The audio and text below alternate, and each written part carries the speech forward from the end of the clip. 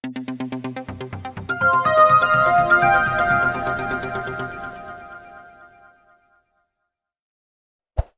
वालेकुम, welcome to operation तज्ज़िया with Shariq Maqbool. आज 13 अक्टूबर 2022 से सुबह का वक्त है और आज का हमारा ये पहला व्लॉग है।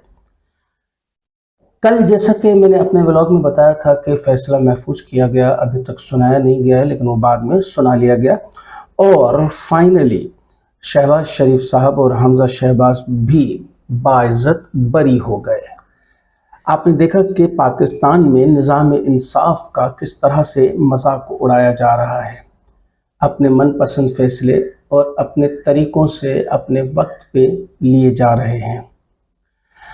लेकिन मैं आपको बताऊं कि इसमें अगर देखा जाए तो कोर्ट्स का, जजेस का कोई कसूर नहीं है, क्योंकि अगर प्रोसिक्यूशन डिफेंस की तरफ से केस लड़ेगा और केस को जानबूझ के इतना कमज़ोर पेश करेगा अदालत में, तो अदालत क्या कर सकती है, क्योंकि अदालत फैसले देती है सबूतों और गवाहों की बिना पर।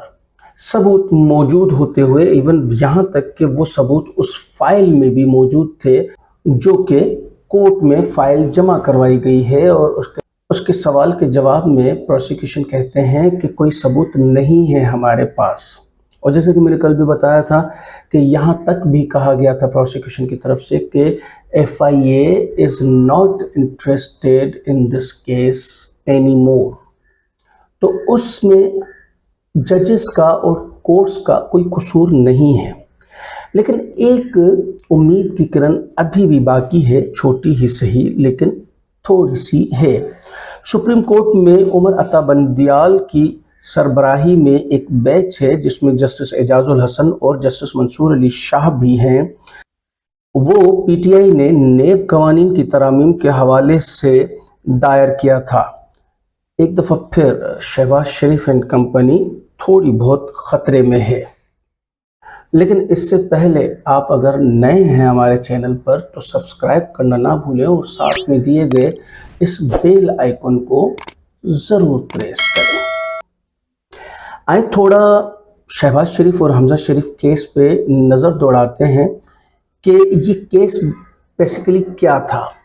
आप में से बहुत से लोगों को ये याद भी होगा और बहुत से लोगों को पता भी होगा, लेकिन बहुत से लोगों को भूल चुका होगा और सिरे से ही उनको पहले भी कभी नहीं पता था। तो थोड़ा सा मैं आपको इसकी तारीख़ों और केसेस में FIA ने क्या क्या कहा है वो थोड़ा सा मैं बताता चलूँ आपको।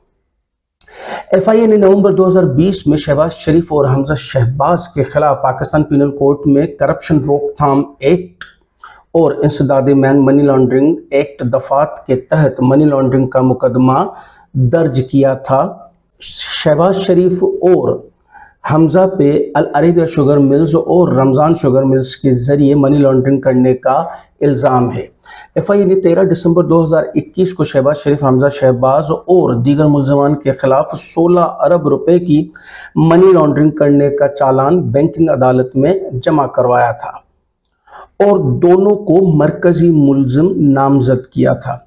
FIA की जानिब से उस वक्त जो रिपोर्ट जमा कराई गई थी, तफ्तीशी ने शहबाज शरीफ के ख़ानदान के नाम 28 बेनामी अकाउंट्स का पता लगाया था। बेनामी अकाउंट्स क्या होते हैं? बेनामी अकाउंट्स वो होते हैं कि जिसका कोई भी ज़रिया आमदन ना हो, जैसे आपकी बीवी बच्चों का कोई ज़रिया आमदन नहीं होता, लेकिन उनके अकाउंट्स में अगर करोड़ों रुपए आ जाएं तो ये कहाँ से आए? ये बेसिकली वही आपके पैसे होते हैं जो कि आपकी बीवी और बच्चों के अकाउंट में होते हैं। इनको बेनामी अकाउंट्स कहा जाता है। इसके बाद उन्होंने कहा कि उनमें, इन अकाउंट्स में 2008 से लेकर 2018 तक 16 अरब 30 करोड़ रुपए की मनी लॉन्ड्रिंग की गई है। रिपोर्ट के लिए FIA ने, यानी इस रिपोर्ट को बनाने के लिए FIA ने 17,000 ट्रांजैक्शंस की जांच की मनी ट्रेल फाइंड करने के लिए। रिपोर्ट में ये भी दावा किया गया था कि ये रकम खुफिया अकाउंट्स में रखी गई थी और ज़ाती हैसियत में शहबाज शरीफ को दी गई थी।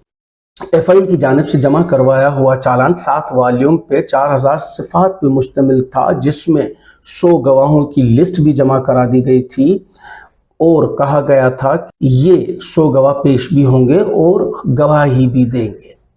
FIA نے الزام لگایا کہ 16 ارب روپے کے شریف خاندان کے چینی کے کاروبار سے کسی قسم کا کوئی تعلق نہیں ہے اور شہباز شریف کی طرف سے کمپنی کے کم اجرت والے ملازمین کے اکاؤنٹس حاصل کیے گئے یہ رقم ہنڈی حوالے کے ذریعے پہلے پاکستان سے باہر جاتی اور پھر ریمیٹنس اکاؤنٹس کے ذریعے پاکستان واپس لائی جاتی جو بالآخر ان کے خاندان کے افراد کے استعمال میں آتی تھی۔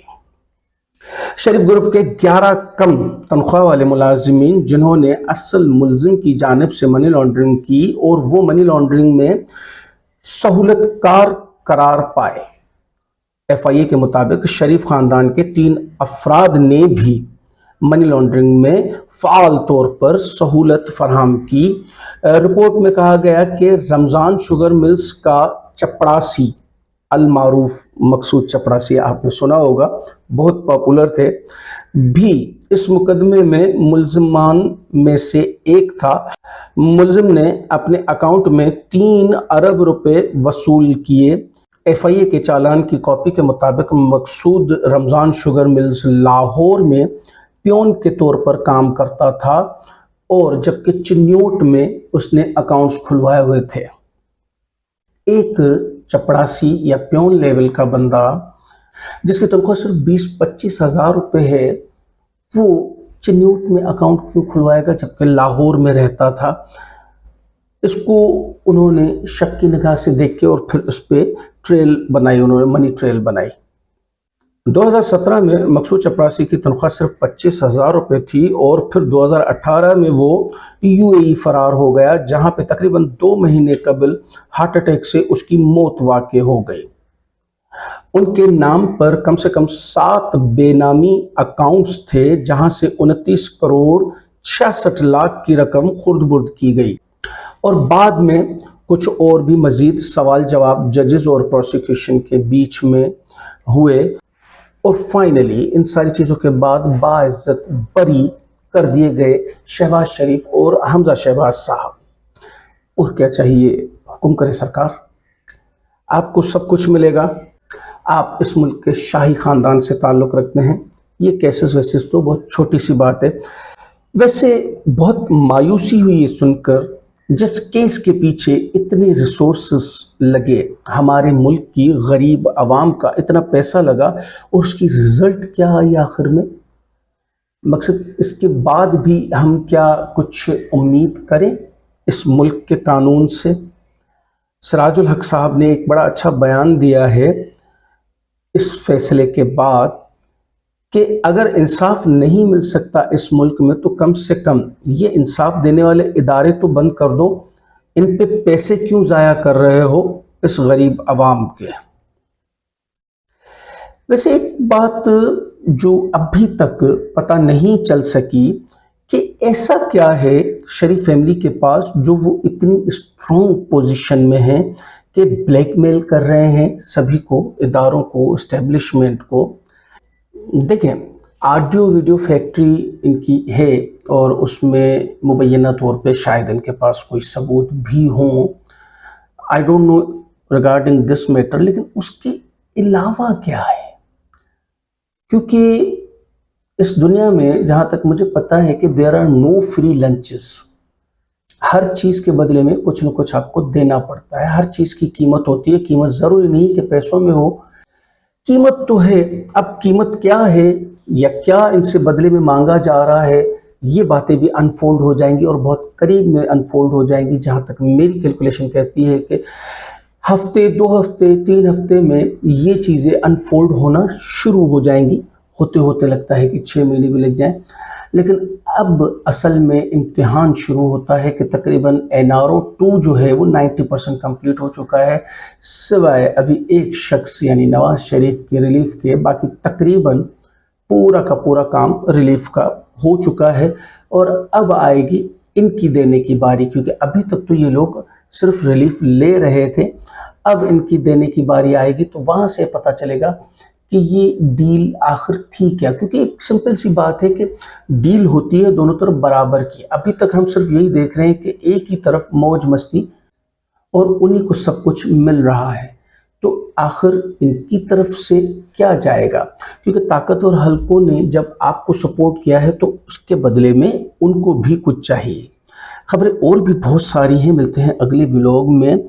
क्या देखना और क्या सुनना चाहते हैं हमें कमेंट्स में ज़रूर बताइए। वीडियो अच्छी लगी तो लाइक कीजिए, अपनी फैमिली और फ्रेंड्स के साथ शेयर कीजिए। शुक्रिया।